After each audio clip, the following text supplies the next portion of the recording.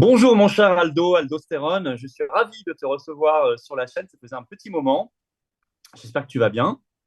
Bonjour Florian, bonjour. C'est un plaisir. On s'est vu récemment à Arras pour les Assises de la souveraineté. C'est toujours un plaisir d'être sur ta chaîne. Voilà, alors tu es en direct d'Angleterre, hein, toujours.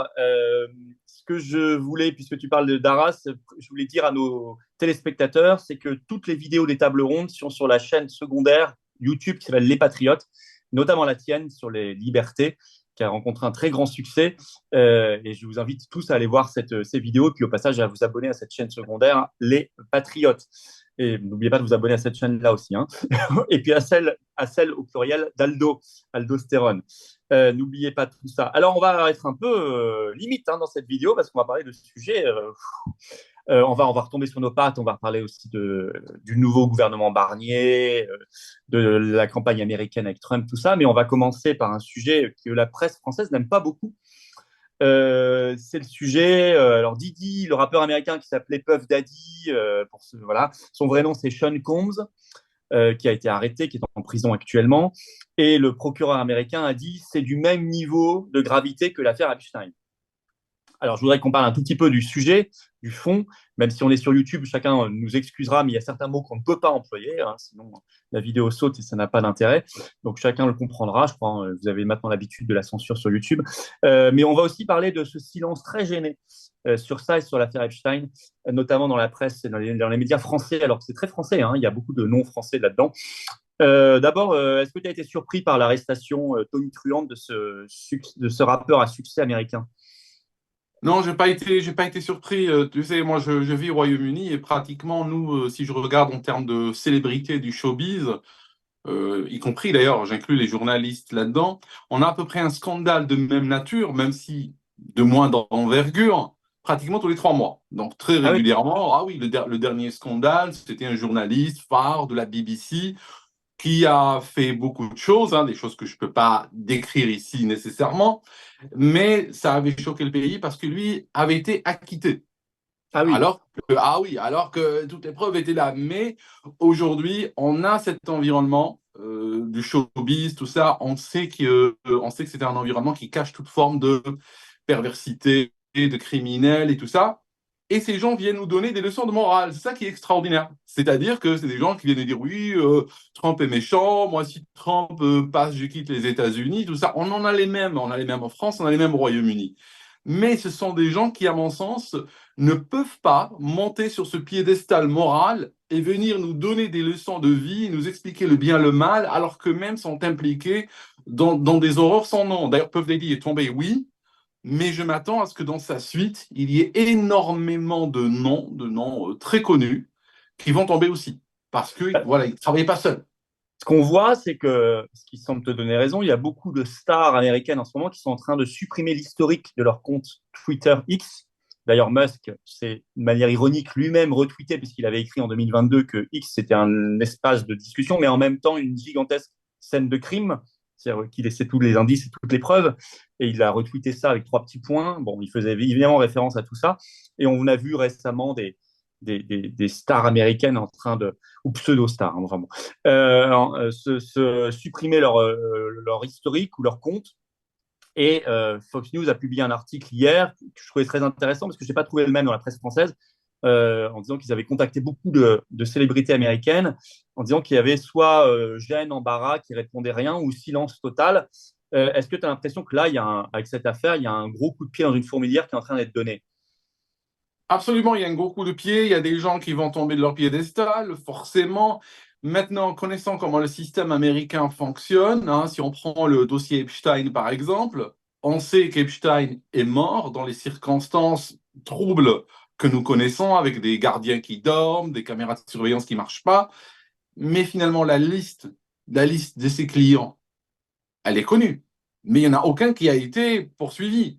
Donc moi, j'ai peur qu'avec Monsieur Daly, on se retrouve dans le même scénario, que lui est puni d'une manière ou d'une autre, voire même, moi, je ne donne pas très cher pour sa vie. Je suis Ça, c'est la désolé. question que je voulais te poser. Et là, il vient d'être placé dans une prison anti. Alors, c'est un mot qu'on ne peut pas dire sur YouTube. Se faire du mal à soi-même. Voilà. Voilà. Donc, il a été placé, soi-disant, dans une cellule pour éviter ça. Mais tu crains qu'il ait. On nous dise à un moment, un matin, on va se réveiller en nous disant, bah, finalement, il a mis fin à, voilà, Voilà, à sa vie. voilà, moi je crains pour sa vie. Alors je ne pense pas qu'ils vont le Epsteiner parce que ça mettra la puce à l'oreille aux gens. Ils vont se dire oui, mais bon, ça commence un petit peu à se succéder, se ressembler. Mais par exemple, on peut imaginer, comme pour une histoire de berger corse, on peut imaginer un co-détenu qui l'attaque et on va dire voilà, on a en 3 minutes, c'est arrivé, elle a été attaquée par un co-détenu dangereux. Voilà. Donc c'est des choses qui Ouais, peuvent on n'a rien arriver. pu faire. On n'a rien pu faire. Voilà. Dans l'affaire Epstein, encore une fois, on a tout à fait raison d'en parler parce que le procureur américain lui-même a fait une conférence de presse sur l'affaire Didi en disant que c'était du même niveau de gravité. Alors, il y a une île dans l'affaire Epstein. Là, c'est un manoir piégé avec des caméras partout. Enfin, l'enfer total. Hein. On ne va pas rentrer dans le détail. Les gens trouveront des articles, mais vous imaginez. Bon. Euh, des choses très, très graves. Et il y a tout un système derrière. C'est quand même assez frappant. En France, tu as eu quelques articles pour relater l'arrestation, parce qu'elle a quand même été spectaculaire, mais finalement, comme sur l'affaire Epstein, notamment par rapport à la presse américaine, où je trouve qu'il y a quand même plus de choses, mais tu n'as quasiment rien dans la presse française. Et tu n'as surtout aucune émission à la télévision. Tu n'as aucun débat là-dessus. Je pense que quelqu'un qui se nourrit que du 20h de TF1 ou de BFM TV n'a même pas entendu parler de cette histoire. Et oui, absolument. Aujourd'hui, on est obligé de nous renseigner sur la presse internationale parce que les médias français semblent être tellement aux ordres. Moi, quand je regarde les médias français, je vois des médias d'État, littéralement, parce que depuis que l'État a fait une OPA, ils ont été rachetés. Bon, c'est peut-être pas le mot propre, mais comme ils vivent de subventions, ils vivent pas de l'électorat, mais de Ouais. subventions étatiques. Donc, finalement, on a des médias qui appartiennent à quelques grandes familles. Pratiquement tous les titres français et y compris les chaînes de télévision appartiennent à quelques grandes familles de riches en France.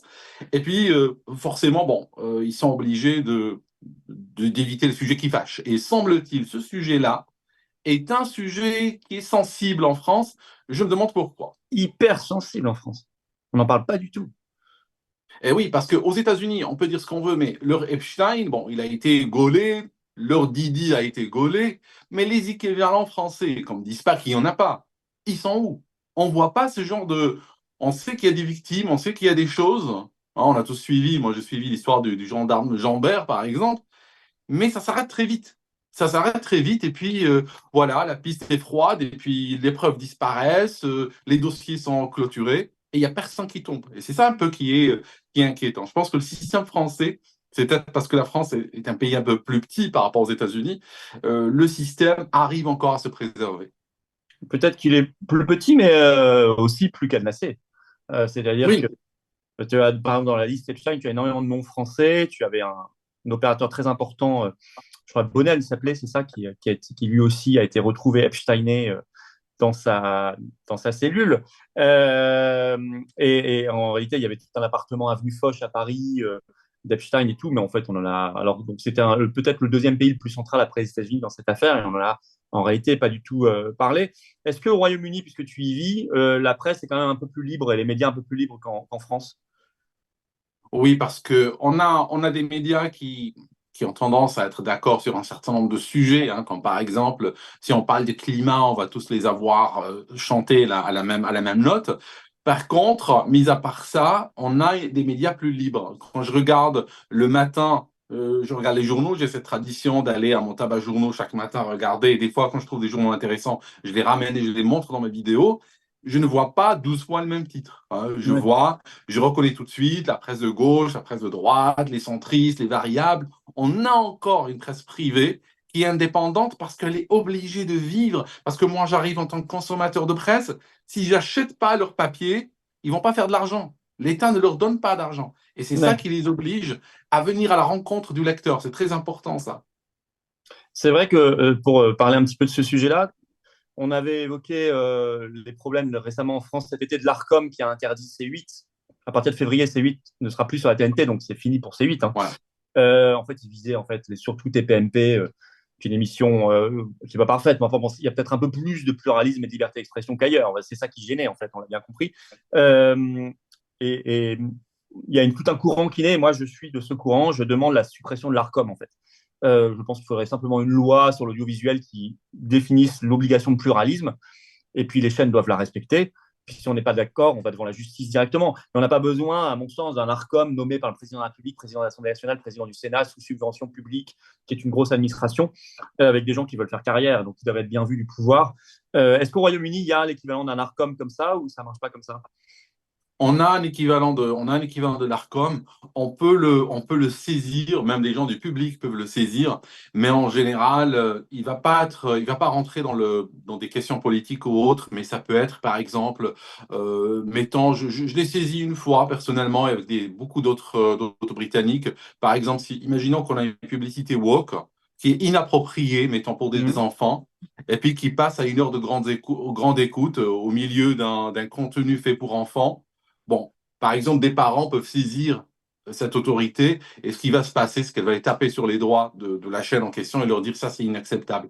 Mais c'est pas un organisme, au-delà de ça, c'est pas un organisme qui va légiférer sur les contenus politiques ou autres. Est-ce qu'il n'y a pas l'équivalent de ce qu'on a vu, par exemple, ils mettent une amende parce qu'une chaîne a reçu le professeur Perron sans contradiction, c'était le cas de Ebercom Non, sur Sud non. Radio, ou bien fermer carrément une chaîne, comme l'ARCOM va le faire pour C8.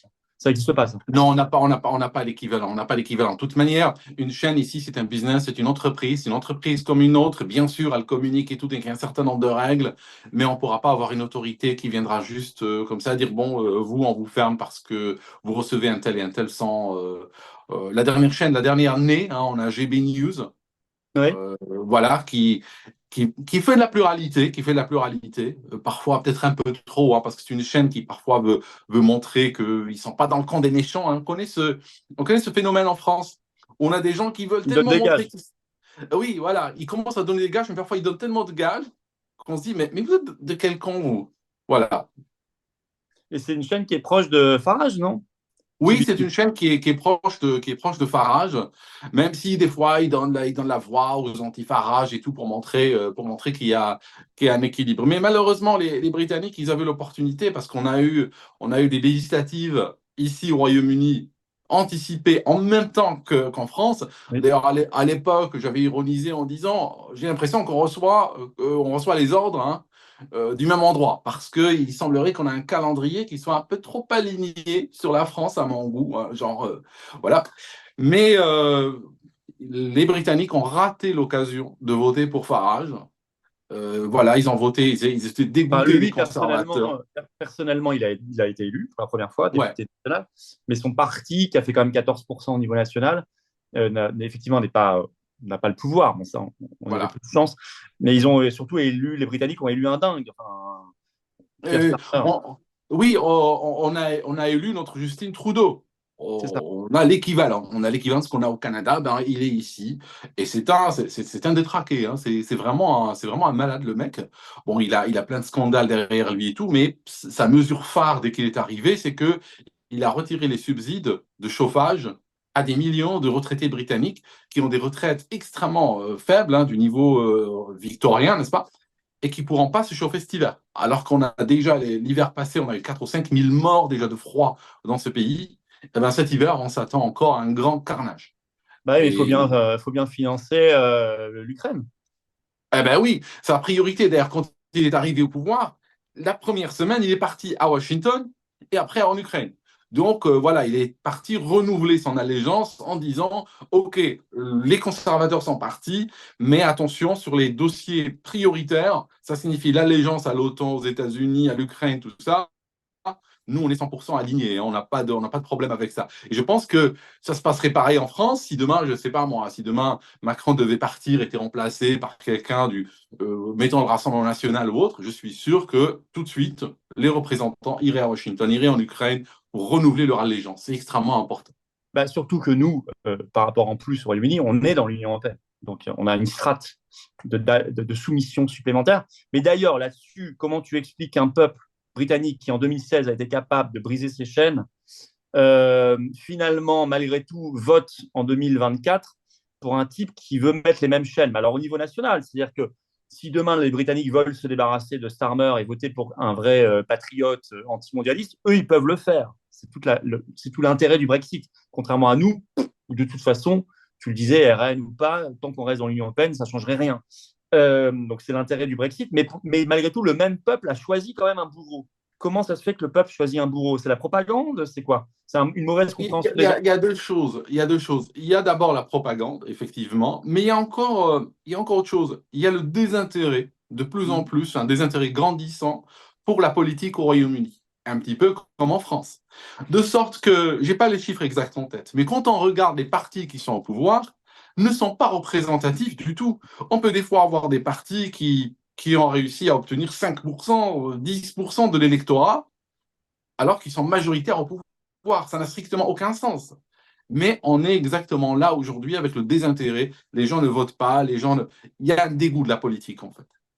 Et c'est peut-être même fait exprès. On a l'impression que c'est fait pour qu'on dégoûte de plus en plus de gens et que on a une politique qui se fasse finalement sans l'électorat. C'est pareil au Royaume-Uni. Ah, ça, c'est très intéressant. C'est-à-dire que en fait, l'électorat qui voudrait vraiment la rupture, il va plus voter. En fait. Donc, il laisse. C'est ça. Oui, on a l'électorat encarté, par exemple, chez la gauche, hein, chez Starmer, qui, eux, vont de toute façon aller voter. Ils se font des appels les uns les autres et ils vont voter, n'est-ce pas? Mais l'électorat qui veut rompre avec les choses est dégoûté. Ils se disent, ça ne me sert plus à rien de voter, je ne crois pas au vote, c'est dimanche, je préfère rester à la maison, faire un barbecue, regarder la télé et je ne vais pas aller voter. Et la réalité, c'est que cette petite frange extrêmement peu représentative finit par avoir un Premier ministre. Voilà. Et les autres n'ont que les yeux pour pleurer. Parce que là, maintenant, on a ce parti qui est au pouvoir et il est en train de faire des dégâts et il est là pour rester. Donc, augmentation des impôts, l'arrivée de l'idéologie à fond, donc l'économie idéologique. On n'a même pas un seul sous-marin au Royaume-Uni. Florian, tu ne vas pas me croire.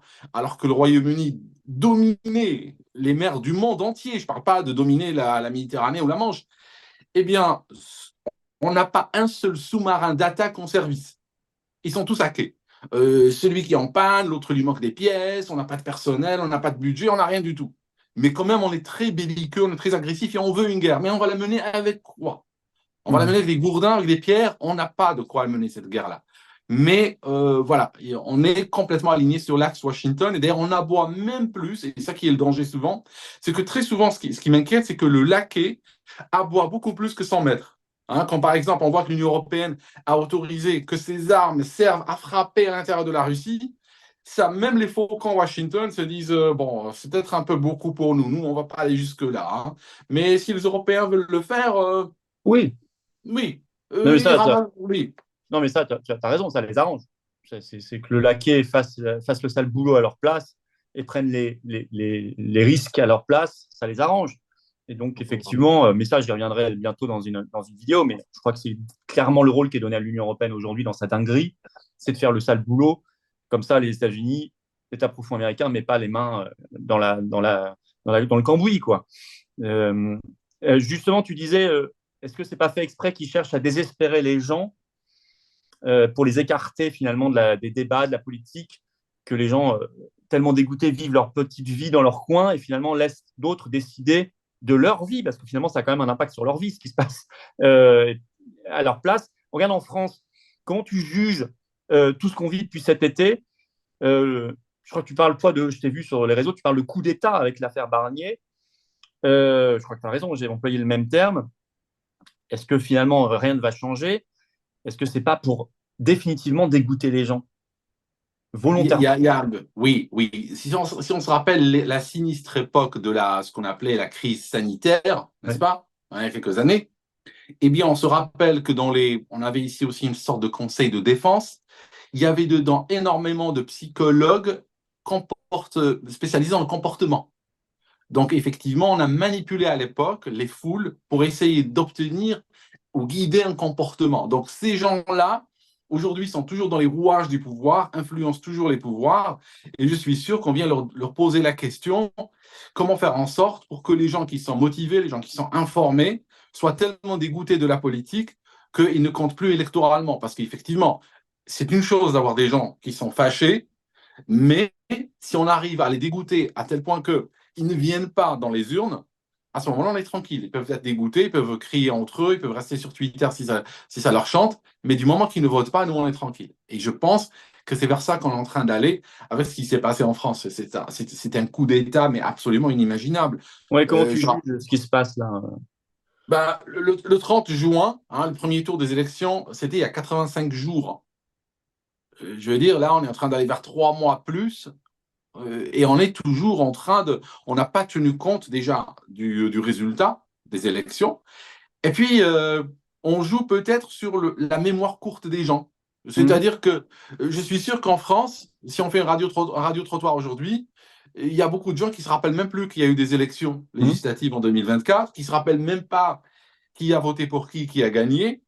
Et Et il y a européenne. aussi, oui, européenne. Et il y a aussi ce mélange, en fait, cette reconfiguration. Je donne un exemple. Imaginons qu'on est en train de regarder une Coupe du Monde de football. Mhm. Dans une Coupe du Monde de football, si j'ai l'équipe d'Allemagne, par exemple, ça sera l'équipe d'Allemagne, elle gagne ou elle perd, mais ce sera toujours la même. Imaginons la chose suivante, Florian. On a une Coupe du Monde, mais au fur et à mesure qu'on avance, les équipes se reforment. Les joueurs, des joueurs allemands passent par les joueurs français. L'Italie va appeler à faire barrage. Il va dire, par exemple, à son gardien de but, si on joue, par exemple, contre l'Espagne, il faudra laisser les buts, il faudra laisser marquer. Et donc, au bout d'un moment, on arrive à la fin de la Coupe du Monde et on ne sait même plus qui a gagné. Mhm. Parce que ça s'est mélangé complètement le long du chemin. Et c'est ça qui s'est passé avec la politique française. Et aujourd'hui, on a. On crée la grande confusion volontairement. C'est ça, on crée la grande confusion volontairement. Alors, elle est créée par la Macronie, mais elle est créée aussi par les gens en face. Elle est créée par une sorte d'opposition qui ne fait pas son travail d'opposition. J'avais donné, par exemple, une histoire, une erreur absolument funeste de la part de Mélenchon, une erreur qui probablement doit rentrer dans les annales des pires erreurs politiques de ce siècle. C'est quand il a appelé à ne pas bloquer les macronistes alors qu'il n'a rien négocié en retour. Il a fait le soir, il a fait le soir du premier tour tout de suite. Alors qu'il aurait pu au moins, au minimum, aller chez Macron, dire, bon, voilà, moi je suis dans une situation de force aujourd'hui, je suis prêt à faire des accords avec vous, mais il va falloir que de votre côté, vous me lâchez quelque chose. Genre promettre des ministères, des trucs comme ça. Non, il s'est couché tout de suite. Alors qu'il avait des brèmes, il avait des cartes très solides en main. Il s'est couché. J'ai pas compris. C'était une sorte de sabordage politique qu'il a fait ce jour-là.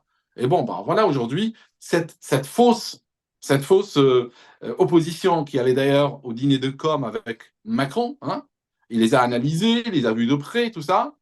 Ah ben aujourd'hui, c'est la grande perdante. Aujourd'hui, ils sont sur le bord du trottoir. Alors, tu as tout un jeu qui se met en place parce qu'on voit bien que ce gouvernement, il va vouloir dérouler, on est sous tutelle de l'UE, il va dérouler le budget d'hyper-austérité. Il y a un document qui a fuité. Tous les budgets sont en baisse, notamment la recherche, l'investissement, des trucs délirants. Par contre, le financement de l'Union européenne va augmenter d'1,7 milliard d'euros en 2025 par rapport à 2024. Il va appliquer un programme de guerre, un agenda de guerre, on le voit bien, et puis un agenda de censure. Et à côté de cela, on va amuser les gens, on va amuser la galerie. On a vu le pseudo-débat Barnier-Attal sur les sujets sociétaux. Attal faisant croire qu'il avait peur que l'IVG soit remis en cause ou n'importe quoi. Enfin, et Barnier a dit à la télé non, ça sera évidemment préservé. Et donc ça, c'était un jeu. Et puis on voit sur l'immigration, Barnier qui déclare on va faire comme l'Allemagne, on va être ferme, etc. Ils mettent Retailleau, ministre de l'Intérieur, qui a une image soi-disant de ferme.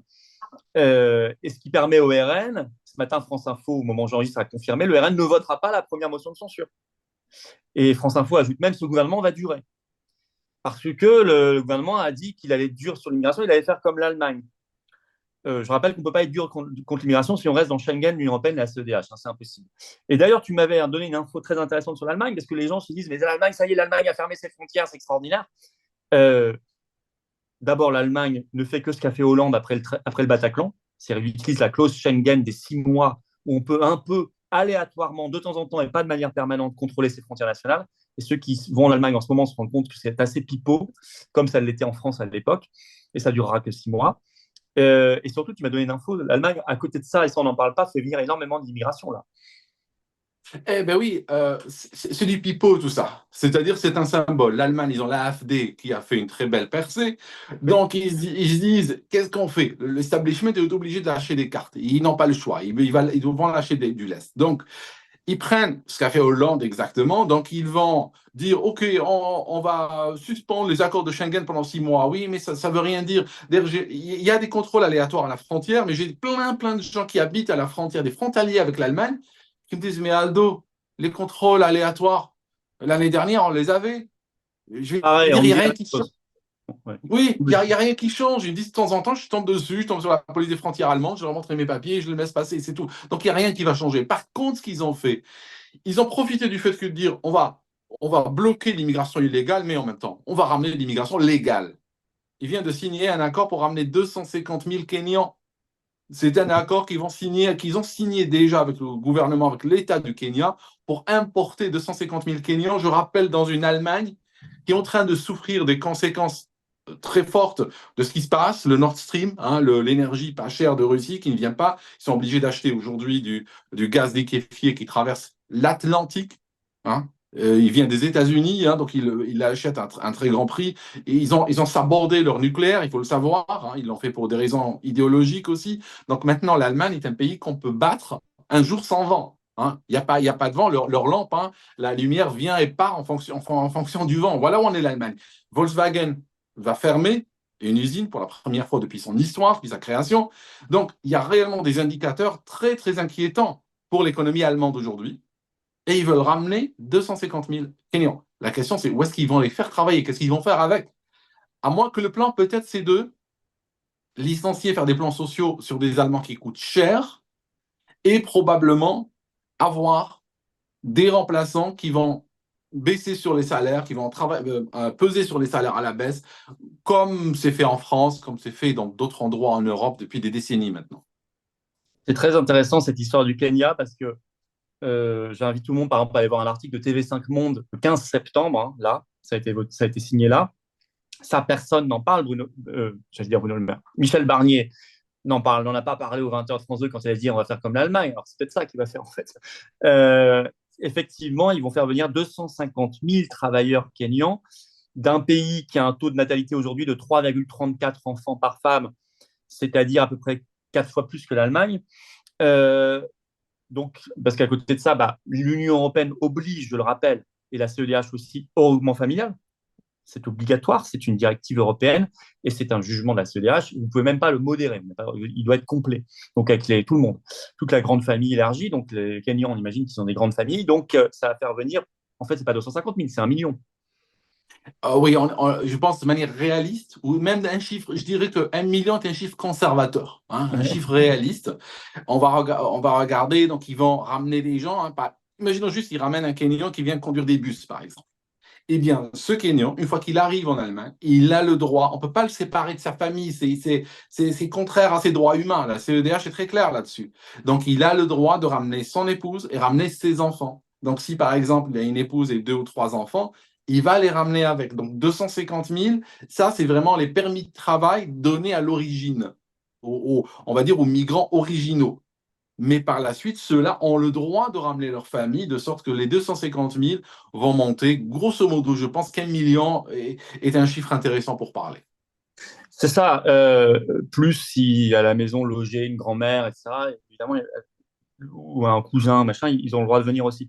Euh, Ça, c'est quand même un point extrêmement important parce que euh, on voit bien que si on veut, et c'est intéressant parce qu'on a plusieurs débats dans plusieurs pays en même temps qui sont les mêmes. Et je veux vraiment que les gens comprennent bien ce qu'on est en train de dire ici, c'est pas que c'est foutu. On dit simplement que ce qu'il faut, c'est changer les vrais fondamentaux. Parce que ce débat, on peut l'avoir en Allemagne, ce débat, vous l'avez au Royaume-Uni, on peut l'avoir en France. Ils l'ont actuellement dans la campagne américaine où Trump parle de l'immigration massive, il parle du projet mondialiste, il parle du projet de guerre, il parle du projet de censure contre la liberté d'expression, il parle du libre-échange face au protectionnisme pour recréer des industries, de l'emploi sur le terrain. Et en fait, on voit bien que dans tous ces pays, le même combat se dessine, c'est-à-dire qu'il faut mettre à terre les mondialistes. Et donc, on en revient à notre affaire, on est dans le coup d'État avec une opposition qui ne s'oppose pas au mondialisme, donc il ne s'oppose pas tout court. C'est comme ça que tu vois les choses aussi? Oui, absolument. C'est-à-dire que les mondialistes, eux, s'en fichent du bonheur des uns et des autres, de notre bien-être, des cultures des pays, des langues régionales, des traditions. C'est pas leur problème. Eux, ce qu'ils voient, ils voient le monde comme une carte de Monopoly. Voilà, il y a une grosse Mhm. carte de Monopoly. Ils se disent, je peux prendre 1 million de personnes là, je les mets ici, Mhm. je ferme ces industries ici, je les ouvre là-bas. Et après, eux, ils voient leur intérêt, l'intérêt financier, tout simplement. Après, les gens qui sont dans ces cases de Monopoly, eux, ils vont souffrir. Mais ça, les mondialistes s'en fichent complètement. C'est pas leur problème. Mais il faut dire aussi une chose par rapport au Kenya. Quand on va ramener 250 000 Kenyans et on va choisir des professionnels, potentiellement des médecins, potentiellement des infirmières, des dentistes et tout ça, les Kenyans, ils font quoi? C'est ça aussi. Ça signifie on met le Kenyan Ah en oui, bien sûr. compétition, en concurrence avec l'allemand. Et ça, c'est aussi une des marques du mondialisme. Je sais que je peux te dire que nous, en Algérie, par exemple, on a fini par des déserts médicaux. Il faut savoir qu'en Algérie, les médecins étudient gratuitement, donc ils ne payent pas leurs études, c'est gratuit, contrairement à plein d'endroits en Europe. Mais dès qu'ils finissaient leurs études, eh bien, ils partaient en Europe travailler. Aujourd'hui, en Algérie, ils ne leur donnent même plus les diplômes. Ça signifie ils finissent leurs études et ils leur disent, vous êtes sur un ordinateur, vous avez le droit d'exercer, mais on ne vous donnera pas votre diplôme. Parce que si on vous donne votre diplôme, vous allez tout de suite partir avec en Europe. Donc voilà où on en est. Il y a une véritable guerre aussi, même chez les peuples d'où est originaire cette immigration. Ils ne sont pas nécessairement contents de cette Non, immigration-là. c'est un projet perdant-perdant et qui est gagnant pour une poignée de gens qui s'enrichissent beaucoup là-dessus. Euh, Effectivement, et ça va créer probablement des problèmes au Kenya qui va manquer de médecins ou je ne sais quoi. Et donc derrière des tensions, et tu peux déclencher des guerres civiles, et tu peux déclencher derrière de nouveaux flux d'immigration, et c'est sans fin. Avec peut-être une petite intervention de l'OTAN au milieu pour aggraver la chose. Tu vois ce que je veux dire, c'est qu'on est vraiment dans un schéma, et là, c'est le schéma mondialiste qu'il faut couper. D'ailleurs, Trump veut le couper, ce schéma, allié d'ailleurs à Kennedy Jr. depuis cet été et à Musk et à d'autres. Hein. Euh, et toi, tu dis, il est tellement en rupture avec ce schéma qu'ils ils vont lui mener à la vie dure. Toi, je ne dis pas que je partage forcément ce que tu dis, mais tu dis, il ne peut pas gagner, en fait. Moi, Moi, je dis, il peut je quand même pense gagner, oui. mais, Voilà. toi, tu penses que ça va être compliqué. En plus, tu avais enregistré cette vidéo, c'était la veille, donc tu ne le savais pas, la veille du deuxième attentat. Absolument, absolument. C'est-à-dire que pour moi, je suis en train d'observer cette situation depuis longtemps. Et juste pour être clair et pour révéler peut-être un conflit d'intérêts, je suis très pro-Trump et j'espère que Trump gagnera. Et si j'ai été américain, j'aurais voté Trump pour qu'il n'y ait pas Ouais, de malentendu entre nous. Je suis pro-Trump. Par contre, j'observe et je me dis, l'état profond et les intérêts qu'il y a derrière ne le laisseront jamais passer, d'une manière ou d'une autre. Par la violence, là, ils ont utilisé la violence déjà à 2 reprises, peuvent encore continuer jusqu'au moment où ça marchera. Hein, c'est une possibilité qu'ils ont, c'est une carte. Mais ils peuvent aussi, voilà, comme à l'époque de Biden. Bon, Biden, on sait aujourd'hui que c'est une épave. À l'époque, quand nous disions que Biden était sénile, on nous traitait d'extrême droite, de conspirationniste et tout. Aujourd'hui, la sénilité de Biden, elle s'étale dans tous les médias. Il n'y a plus personne qui doute de ça. Mais au départ, on nous traitait de tous les noms pour en parler. bien sûr. Donc, Biden, un sénile qui n'arrive pas à ligne de phrase, a gagné quand même les dernières élections. Comment Oui, il a gagné? oui, Ah, on sait. on, On sait. on sait. Donc, on fera gagner Kamala, pour moi, ma vision, c'est qu'on fera gagner Kamala comme on a fait gagner Biden la dernière fois avec les mêmes méthodes, peu importe ce que c'est ces méthodes. Voilà, c'est tout.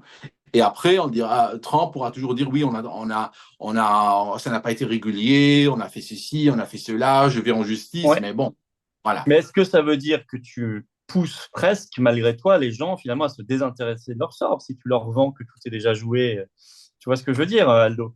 Eh Euh, oui, Est-ce que tu ne crois pas du tout d'abord peut-être à la providence, premièrement, mais deuxième, donc il pourrait changer le cours des choses, mais aussi peut-être à l'action collective, parce qu'il y a eu des surprises dans l'histoire malgré tout. Il y a eu la première victoire de Trump, il y a eu le Brexit, même le phénomène gilet jaune, une semaine avant, personne ne l'imaginait en France. Hein. Tout le monde oui, pensait que les gens étaient endormis complètement. Et oui. puis, un coup, tu as eu 1 million de personnes sur les ronds-points. Tu vois ce que je veux dire? Donc, c'est pas une incitation à ne pas se battre. Sinon, Non, mais tu pas serais pas du venu à tout. Arras, par exemple. Mais non, je ne serais pas venu à Arras autrement. Mais en fait, oui, tu as plus de foi que moi, Florian. Tu vois, je suis merci de m'avoir rattrapé dans Non, non, cette c'est une envolée question, c'est cynique. une vraie Non, mais question parce que les gens se la posent. non, on lutte quand même. On continue toujours de lutter, mais on se fait pas d'illusions. On sait qu'on a des gens très pervers en face, hein. On a Oui, commencé la vidéo par en parler d'ailleurs.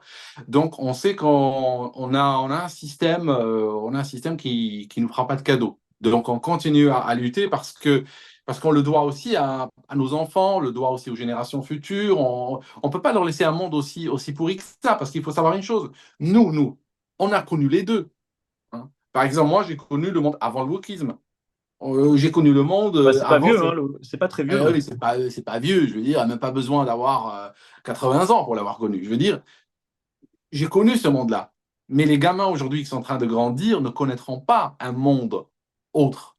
Donc c'est à nous de leur ouvrir les yeux et de faire ce combat que peut-être eux Mais ne tu verront sais, pas. ça, alors c'est vrai, mais c'est pas toujours un argument. Parce que regarde, en France, ce sont les personnes, si tu regardes toutes les enquêtes, ce sont les personnes les plus âgées qui sont le plus pro-Union européenne, le plus pro-euro, et pas les jeunes.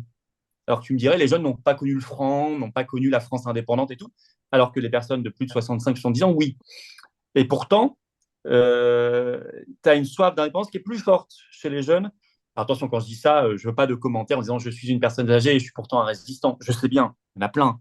Et je ne fais pas de globalisation. Je regarde juste en termes statistiques. Euh, et donc, tu vois, parfois vivre un phénomène et que tu n'as jamais vécu la situation d'avant, c'est pas forcément gage que tu ne vas pas pouvoir être capable de voir autrement. Au contraire, parfois ça peut te pousser à vouloir en sortir.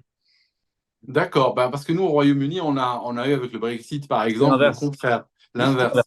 Ouais, on a les personnes d'un certain Je âge sais. qui ont voté pour le Brexit, et puis les autres, les jeunes, c'était la catastrophe pour eux, c'était la fin du monde quand ils voyaient. Ouais, je sais. Et en 2005, en France, c'était l'inverse. C'est les plus âgés qui ont voté oui et c'est les jeunes qui ont voté, les jeunes et les moyens qui ont voté non.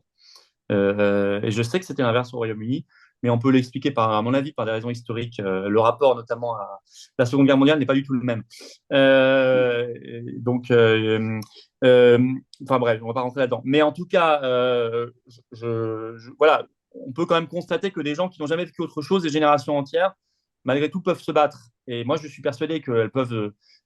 Tu as raison, c'est très compliqué. Il faut être lucide, faut pas être dans les petits nuages quand on parle de ces combats-là. Mais en même temps, regarde le combat pour les libertés. Tu penses que euh, l'arrivée d'un Musk qui n'était pas prévu sur X, on s'acheminait vraiment, on le voyait bien. Twitter était en train de devenir un enfer. On ne pouvait plus rien dire. Moi, j'étais invisibilité de toutes parts et tout. C'était en 2022. Et là, il y a eu une révolution, tu vois, une ouverture. Ouais, c'est vrai. En Twitter, moi, mon compte était sur le point de sauter, on me bloquait Ouais, régulièrement, des fois des semaines à la fois, et pour un oui, ouais, pour un non. ouais, C'était plus possible, hein. C'était en train de devenir Facebook. D'ailleurs, Facebook, je l'ai quitté. ouais. Je maintiens même plus de pages dessus parce qu'on m'a effacé ces 10 dernières années 7 ou 8 pages. Ils attendent que ça commence à avoir des dizaines de milliers d'adhérents ou de suiveurs. Et puis soudainement, pour un article, pour une phrase, ils me la virent complètement. Donc, au bout d'un moment, j'ai arrêté net avec Facebook. Et j'étais sur le point d'arrêter avec Twitter quand il a été racheté par Musk. Mais il faut savoir que Twitter est aujourd'hui dans le collimateur d'énormément Mhm, d'États, y compris d'ailleurs l'Union européenne. mhm, Et puis, j'ai peur quand même, si Kamala Harris arrive au pouvoir aux États-Unis, ça pourrait à un moment donné déboucher sur, même si c'est difficile de le faire aux États-Unis, mais ça pourrait quand même déboucher sur l'interdiction de Twitter. C'est comme c'est possible, hein. Il faut se rappeler, par exemple, durant les élections américaines, la dernière fois, le réseau Parler mhm. On m'en a sort été bien. interdit, non pas par l'État américain, mais parce que ses fournisseurs de services se sont tous entendus pour lui couper les services. C'est-à-dire que, par exemple, Amazon, qui lui fournissait du cloud, ont décidé de le supprimer. Donc, tous les fournisseurs de services en amont lui ont tout coupé. Et à ce moment-là, ils l'ont mis à genoux. Au moment où Facebook et Twitter interdisaient à Trump de s'exprimer, où il l'avait bloqué.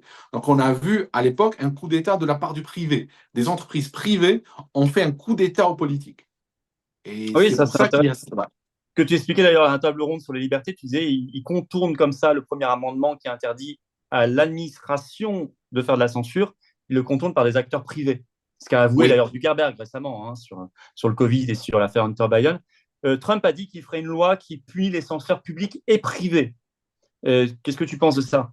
je pense que c'est une loi frappée au coin du bon sens et c'est une loi qui vraiment verrouillerait. le système de censure et l'interdirait parce que malheureusement, les États-Unis, le corollaire ou l'effet secondaire de leur premier amendement, c'est que l'État ne peut pas censurer, c'est qu'aujourd'hui, l'État sous-traite la censure à des acteurs privés. D'ailleurs, il y a même des constitutionnalistes qui disent, sans même avoir besoin d'une nouvelle loi, l'État est en train de violer le premier amendement. Parce que le premier amendement dit que l'État n'a pas le droit et tout le Congrès n'a pas le droit. Oui, mais ceci limite tous les outils que l'État peut utiliser pour censurer, y compris donner de la censure à des acteurs privés. Donc voilà, donc j'espère que Trump bouchera cela s'il arrive au pouvoir, qu'il pourra bloquer vraiment cette option-là, parce que nous, en Europe, on est en train de subir ce qui se passe aux États-Unis, quelque part. Hein, parce que sur le plan digital, on n'a pas réussi à créer nos propres infrastructures. Hein. Ceux qui disent l'Europe,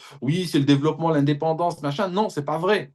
Si on Non. regarde eh ben non, parce qu'on n'utilise que des outils. D'ailleurs, même nos données, les données même des fois de ministères, des données sensibles, sont sur des clouds américains, parce qu'on n'a pas réussi à créer des équivalents en Europe. Et l'Europe, aujourd'hui, est en train de plomber la créativité des peuples qui sont dedans. Et puis, tu as le règlement européen DSA de censure. Qu'est-ce que tu as pensé du départ fâché de Thierry Breton qui a claqué la porte de la commission Ah oui, je pense qu'il était sur. Il a. En fait, des fois, on a des fois des voyous qui sont dans des mafias. Et parfois, les mafias se séparent d'un voyou tout simplement parce que il est trop pour eux. Il devient trop dangereux pour tout le monde, pour lui et pour les autres. C'est exactement ce qui s'est passé. Même si au cœur de l'Europe, la censure est une valeur qui est extrêmement importante, eh bien, Thierry Breton a tellement poussé le bouchon qu'il a même fâché, il a causé un incident diplomatique avec les États-Unis. Parce qu'il a voulu censurer le discours politique, y compris aux États-Unis. Ouais. Et donc là, ça a été perçu par le Congrès américain comme une intervention étrangère dans le processus électoral des États-Unis. Et l'Union européenne et Thierry Breton, nommément, a reçu une lettre de la part du Congrès américain très très dure, lui demandant de cesser immédiatement ces actions-là. Et à partir de ce moment-là, politiquement, Parce que il était c'est mort. une loi américaine. Il risquait même de ne plus pouvoir aller aux États-Unis ou d'être arrêté s'il arrivait aux États-Unis. Oui, parce que c'était et clairement, il avait intervenu dans les élections américaines pour les manipuler. Donc ça, même si l'État profond veut le faire aux États-Unis, mais ils ne veulent pas le sous-traiter à Thierry Breton, ils veulent le faire eux-mêmes. Oui, oui, c'est ça. Malgré tout, on peut toujours se réjouir quand le système se mange entre lui, quoi. Quand c'est le panier de crabe, tu vois. Euh, Parce qu'on peut imaginer que Breton avait beaucoup travaillé sur l'application du DSA. Son départ non prévu va quand même un peu ralentir le processus, tu vois. Et puis peut-être qu'il sera remplacé par une figure moins grande gueule. Donc il faut, à côté de ça, continuer, je crois, inlassablement d'expliquer l'importance de la liberté d'expression. Euh, Tu penses que le monde que tu décrivais dans ta table ronde, avec des petits crédits de liberté, tu sais, un monde, enfin, tu vas le décrire mieux que moi là dans un instant, mais où on t'enlève, c'est un monde de crédit social en fait. On t'enlève des points quand tu dis des choses mauvaises sur le climat, ou quand t'as pas ton masque ou ton passe sanitaire ou ton passe carbone, ou que tu as mal tweeté quelque chose, tu as mis quelque chose de pas bien, de pas convenable sur Twitter. Tu crois vraiment que dans la nature humaine, il serait acceptable ce monde, que les hommes se révolteraient pas à un moment? Il ne serait pas acceptable, mais on sent que c'est un peu le fantasme de nos dirigeants, c'est-à-dire que Quoi les exactement systèmes. ce fantasme, si tu peux le décrire? C'est le fantasme chinois, quelque Ouais. part. Parce que la Chine, aujourd'hui, sert de plus en plus comme référence civilisationnelle. On en est dépendant. Parce qu'ici, on regarde les errements climatiques ou qui nous obligent à acheter des panneaux solaires et des véhicules, des batteries pour véhicules électriques et des éoliennes. Tout ça vient de Chine. La Chine est en train de devenir l'Arabie Saoudite des Mhm. énergies vertes. D'ailleurs, c'est pour ça que la Chine investit beaucoup dans du lobbying pour pousser les Occidentaux à aller dans cette direction, parce que justement, ça profite à ces marchés. Mais il y a une règle en politique ou en géostratégie qui dit que quand on est dépendant économiquement d'un pays, on devient aussi dépendant sur le plan des valeurs, sur le plan de la politique, sur le plan de plein de choses. La preuve, les Occidentaux, pendant très longtemps, étaient dépendants du pétrole. Ils venaient d'où? En particulier d'Arabie Saoudite. Comment les sociétés européennes ont changé suite à cette dépendance du pétrole saoudien? On voit bien qu'il y a un certain nombre de choses qui sont venues avec le pétrole. Le pétrole ne vient pas tout seul. Donc, avec la Chine, on est dépendant aussi, comme on l'était de l'Arabie Saoudite. Et que va-t-il se passer? eh ben, on va importer aussi des systèmes de contrôle, des systèmes de crédit social qui ont été testés d'ailleurs durant la période de la crise sanitaire. Ça a été un test pour moi, une expérience grandeur nature. Et après, on est en train d'aller vers l'agenda 2030. Et puis le but, c'est justement, nous, je sais qu'au Royaume-Uni, on a des villes qui sont en train de devenir villes 15 minutes, Ah hein, oui, ouais. avec des restrictions. Pour le moment, ce n'est pas des restrictions genre de déplacement avec la police et tout ça, mais au début, on habitue la population, on ramollit le sujet. Comme par exemple à Oxford, ils ont dit, vous n'avez pas le droit d'aller d'un quartier à l'autre d'Oxford en voiture, plus de, je crois, c'est 300 fois par an. Alors au départ, les gens se disent, mais est-ce que moi, je change de quartier? Est-ce que, par exemple, un Parisien va du premier arrondissement au 16e arrondissement plus de 300 fois par an? Donc si on impose ça à Paris, par exemple, des gens se diraient, oui, mais ça ne change rien dans ma vie parce que de toute Mhm. façon, je ne vais pas autant de fois. Sauf qu'ils ne réalisent pas qu'au départ, c'est juste pour faire accepter le principe. Une fois que le principe est accepté, on passe de 300 à 250, puis après à 150, puis après à 10, puis après peut-être à zéro, puis après il faudra peut-être aller payer, hein, il faudra peut-être aller en ligne. Ou... C'est difficile d'aller en ligne et payer à chaque fois, donc il vaut mieux avoir un pass digital, un porte-monnaie digital. Et puis comme il y a des caméras reconnaissance faciale, des caméras qui reconnaissent les immatriculations, tout ça, l'intelligence artificielle, on peut avoir un système qui monitore la population, puis fait des prélèvements au fur et à mesure qu'on consomme de la liberté. Et quand on n'a plus de points de liberté, ben on reste à la maison et on ne bouge pas. Mais c'est possible aujourd'hui techniquement, et Ah ils oui. y vont pièce par pièce. Ils y vont pièce par pièce. On voit bien que c'est un peu le projet qui a beaucoup été testé pendant le Covid avec les passes, le système de passes qui était une première. Hein. C'est le QR code, les passes. La reconnaissance faciale est arrivée en France par l'entremise des JO. Et effectivement, ces systèmes de ville 15 minutes, les déplacements, les passes, les idées de passe carbone, tout ça, euh, malgré tout, l'habitus de liberté, si tu veux, on a été habitué, enfin, voilà, ça a été un combat sur des siècles, et en même temps une valeur assez fondamentale, euh, peut laisser penser, et on voit bien que le débat est beaucoup plus, enfin le sujet est beaucoup plus dans le débat, en tout cas sur les réseaux, je ne dis pas à la télé, hein, qu'il y a quelques années, ce qui prouve qu'il y a quand même beaucoup de gens qui sont en train de piger les choses, donc on peut encore une fois imaginer que ça peut plus avance, plus tu as quand même de carburant aussi pour la résistance, tu vois ce que je veux dire.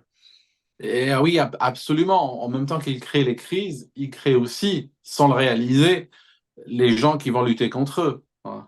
Et Ça, ils arment les gens sur le plan intellectuel, sur le plan de la motivation, sur le plan de l'organisation.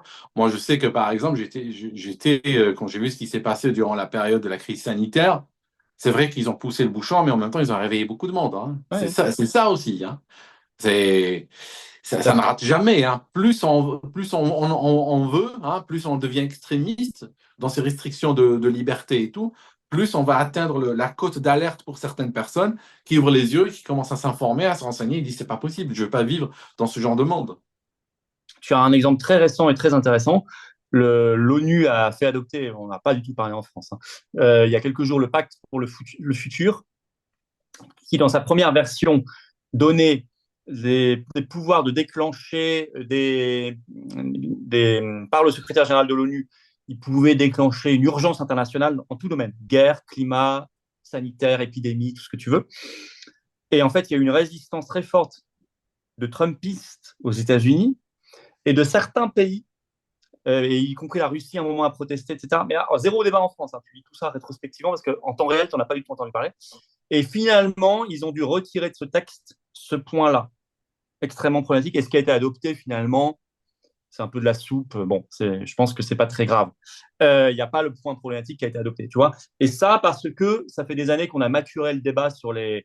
les pleins pouvoirs, OMS, les libertés, les crises, qu'il y a pu avoir la résistance pour faire reculer finalement le système. Je trouve ça intéressant comme exemple. Il y a eu un échec récent d'ailleurs, c'est celui du pacte de l'OMS. Ils Ouais, ont dû mettre de l'eau dans leur vin, ils ont c'est dû vrai. aussi revenir en arrière. Mais ça nous prouve, ce pacte de l'ONU et le pacte de Ils l'OMS, ont ça nous repoussé, on prouve verra. que il y a une guerre, il y a un bras de fer entre les mondialistes qui veulent prendre toutes les institutions dites supranationales. Et je pense qu'il faut créer des verrous au niveau national, il faut créer des verrous, y compris Bien sûr. constitutionnels, pour dire qu'on ne se soumet pas, on peut participer, hein, d'égal à égal avec d'autres pays dans des institutions comme l'OMS ou l'OMC ou autres, mais pas soumettre sa souveraineté. Parce qu'aujourd'hui, elles veulent de plus en plus que les peuples signent des accords opposables et contraignants pour donner leur liberté. Je rappelle que l'ONU, l'année dernière, parlait d'ébullition climatique. Ouais. Donc, si on leur signe un pacte, on les autorise à déclencher une urgence, demain, il dit, il y a une ébullition, il déclenche une urgence, et après, il devient le dictateur. Il peut faire ce qu'il veut sans qu'il y ait un contrôle démocratique sur ce qu'il est en train de faire. Tu avais la variole du singe aussi, urgence internationale, il y a quelques semaines. Ne l'oublions pas parce qu'on n'en parle plus beaucoup. Moi, je pense qu'on peut participer à des instances internationales, mais qu'on doit quitter les instances supranationales. Voilà. C'est la grosse différence. Parce que l'international, c'est le dialogue, mais tu gardes 100% de ta souveraineté, de ta liberté d'action. Pas du tout dans le supranational. Écoute, mon cher Aldo, on va finir là-dessus, sauf si tu as un point à ajouter, évidemment. Il n'y a pas de souci, c'était un grand plaisir de participer à cette émission aujourd'hui. Comme toujours, c'est très enrichissant.